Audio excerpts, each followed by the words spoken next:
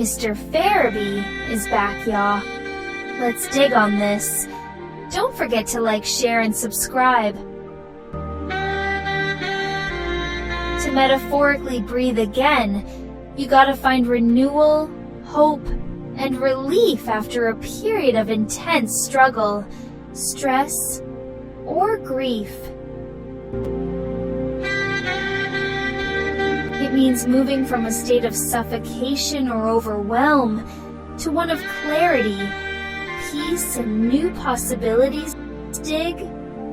You have to first recognize that you have been holding your breath. Give yourself permission to pause and step away from what has been draining your energy. Give yourself grace, homie.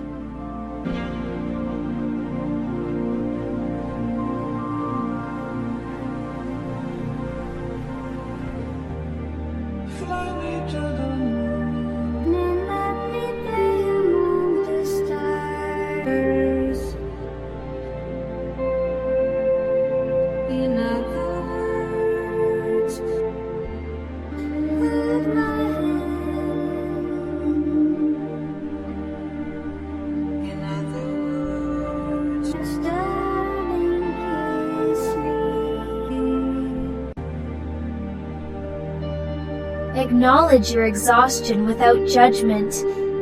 Beating yourself up for feeling this way will only make getting the frick out of it harder. Take time off from work and chill. Distance yourself from the source of stress.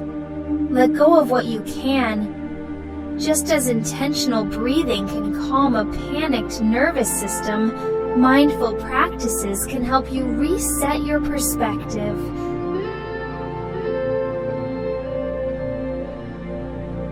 Your mental state will follow the rhythm you create. Do something fun. Re-engage with activities that bring you joy and excitement. Burnout can suck the pleasure out of life. The feeling of suffocation often comes with isolation.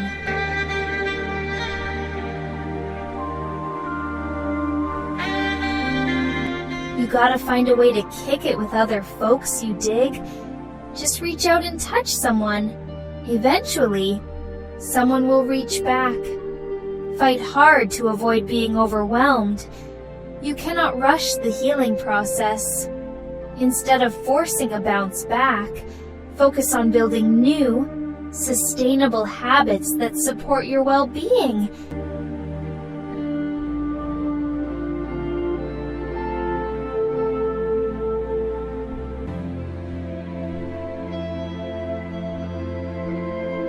And if you made it that far after, then just exhale. Be well, your soul is no longer in jail.